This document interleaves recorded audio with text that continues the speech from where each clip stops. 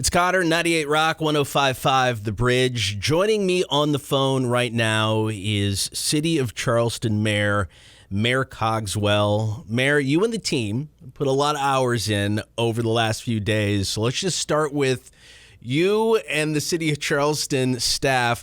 How's everybody doing? How you hanging in? Everybody's on a lot of coffee, and so running at full steam. Yeah, good. Obviously, you guys lifted the curfew this morning for the city of Charleston. Now, I think lots of times curfew can kind of just get a bad rap.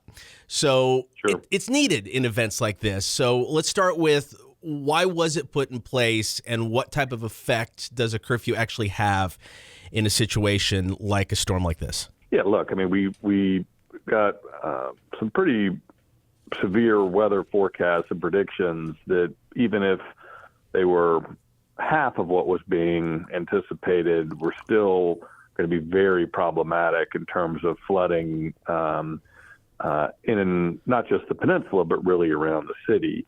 And so for me, after discussing with police and fire chiefs, it was a pretty easy call to make because you really don't want people on the roads when you have those kind of conditions. So, it wasn't done in a vacuum by any stretch.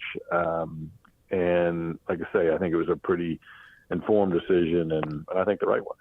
What led you guys to lifting it this morning? Well, again, looked at the weather forecast, looked at conditions, and fortunately we did not receive what, we were projected to receive. And so didn't have as bad of flooding going through late yesterday. And so we started looking at the forecast for this morning, wanting to get people back out into their normal lives.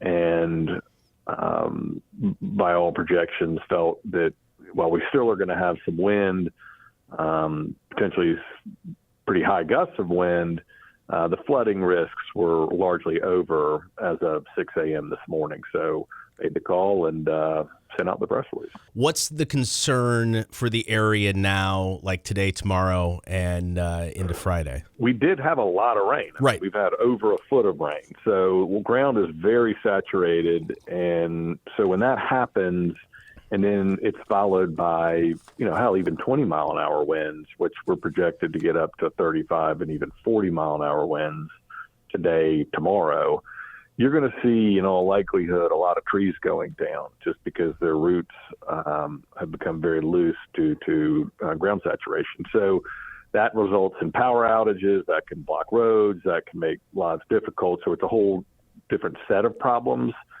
but very real ones nonetheless, not warranting a curfew, mind you, but people do need to be prepared for it, need to be cautious.